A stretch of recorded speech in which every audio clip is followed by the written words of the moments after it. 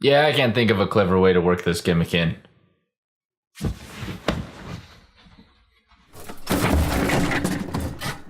Ow!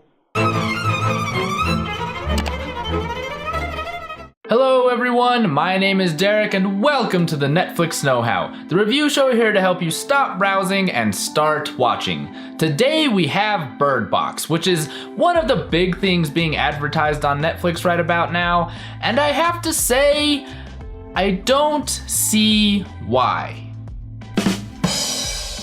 Bird Box is kind of like if The Happening and A Quiet Place both had a baby together, and then the baby retained all of the good and especially the bad things about both of them. The story follows a woman named Mallory, played by Sandra Bullock, over a few different timelines, and it's set in a world where these invisible demon things have essentially showed up, and if you look at them, they make you kill yourself. They must have caught a real bad case of the ugly. I'm ugly and I'm proud! Is that what he calls it? The movie starts off really strong in the present day with Mallory taking her kids on a boat down a river to try and get to some sort of sanctuary place. It's really tense, it's really thrilling, and it's a great way to kick off the movie. Starts you right in the middle of the action, gets your heart going and your pace up right away. Shortly after that, the movie flashbacks to 5 years prior when all of this chaos started and when Sandra Bullock's character Mallory was still pregnant with her child.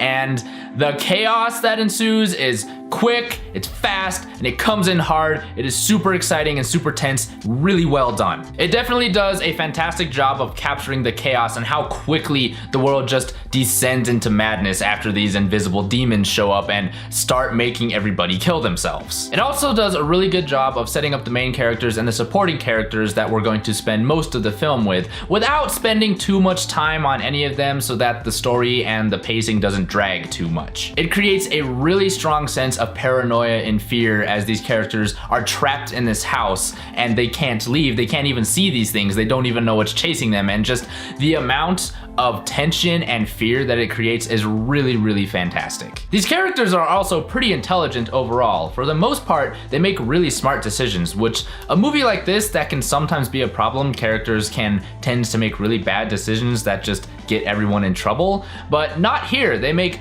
good decisions, smart decisions. They take steps to try and learn about the things that are out there hunting them so that they can try and fight back against them, figure out how to survive in the current chaos of the world. As for the monsters themselves, well, we learn a little bit about them, but no more than the characters know, and because this mystery about them is constantly keeping them secret and we don't really know what's going on, it's just a really, really good monster to have. You're constantly in fear because you don't know what these things are, you don't know what they look like, you don't really know what they're capable of, except for the fact that after you see them, it just drives you nuts and it makes you want to stick your head through a pike or something like that. I said it before and I'll say it again, the less we see of a monster, the scarier it is, because the monsters we create in our heads can never be outclassed. And then the movie finally cuts back to the present day on the river. I wanted to emphasize that point because everything I just talked about, all of that happens in the flashback to the past 5 years before.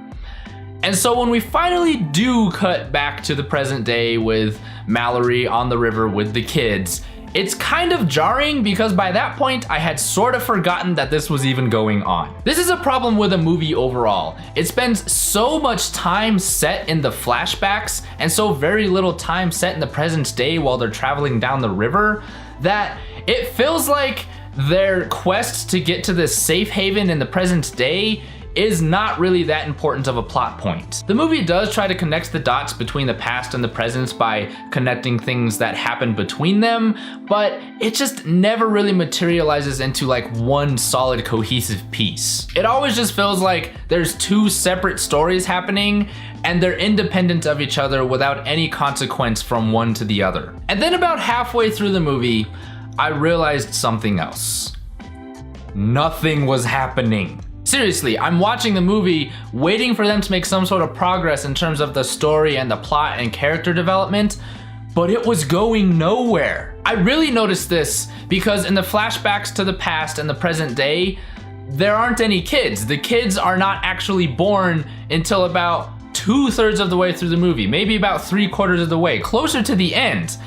And yet, I'm supposed to be feeling for these kids that for the majority of the movie have not even been born yet. What it really comes down to is that there's a problem with the structuring of the story. Most stories, good stories, have three key components. They have a beginning, they have a middle, they have an end. They might jump around a bit within those parts of it, but they always have a beginning, middle, and end. Bird Box has a beginning, and it has an end, but there's no middle. What the heck happened in between? What I mean is, if the present day while they're on the river is the end, and the 5 years before where they're all stuck in the house together is the beginning, where's the middle part?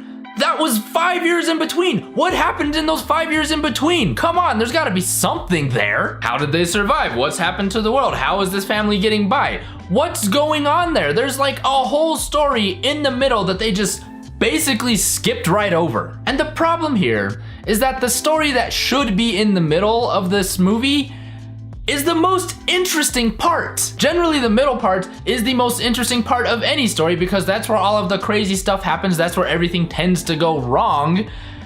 And it's just non-existent in this movie. Maybe like 10 minutes of it is the middle story, but that's it. The people who wrote this script decided to focus on the least interesting aspects of the overall story, and the movie suffers for it. As I said before, there's just this massive disconnect between the present day story with Mallory and the kids on the boat and the past story that takes place 5 years before, because the kids aren't there in the past. I mean, they're not born yet. We know they're coming, but they're not born. And so I just don't care about these kids. I really don't. This became blatantly obvious when towards the end of the movie, there's a scene where the kids get separated from Mallory and Mallory's trying to find the little girl. And she's basically shouting and apologizing to this girl for essentially having deprived her of a childhood and keeping her cooped up and not letting her live. But why? We didn't really get to see that. The only thing we're shown in the movie that even comes close to that is there's a scene where their dad, their adoptive dad, is telling them this story about a tree and a treehouse or something like that. Basically, it's a story about being outside. And then Mallory comes in and tells the kids to go to bed, and she says to the husband, no, you can't do that. We can't let them have dreams.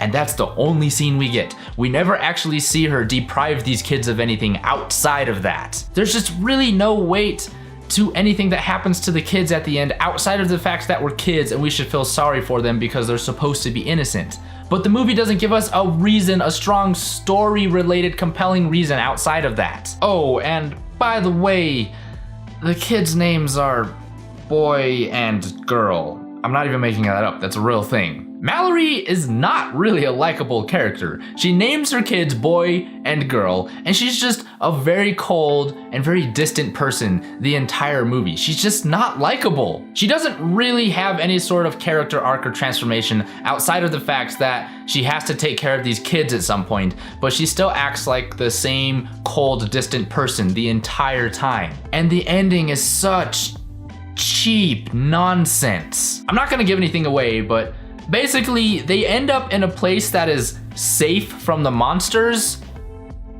But what, are supplies just magically not an issue anymore? The movie just leaves them in a place that is fundamentally no different from where they were before. I don't get it. And the more I think about it, the more sloppy the movie and the plot just becomes. It's kind of a mess. Now, I know I've had a lot of negative things to say about this movie, but it's just really frustrating because it started off really strong and it had the potential to be a really good movie. It's just the longer I watched it and the more I thought about it afterwards, all of these little nitpicks I had, because a lot of them kind of are a little nitpicky, they just started to pile on top of each other to the point where it just detracted from the film overall. You can't have that many little flaws and expect a movie to still be good by the end. If anything, the best thing about this movie is the countless hilarious memes that it has spawned.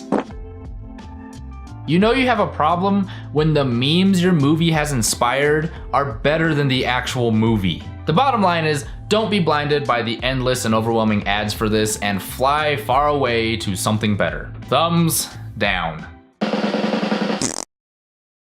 Thank you so much for watching. I appreciate every single one of you.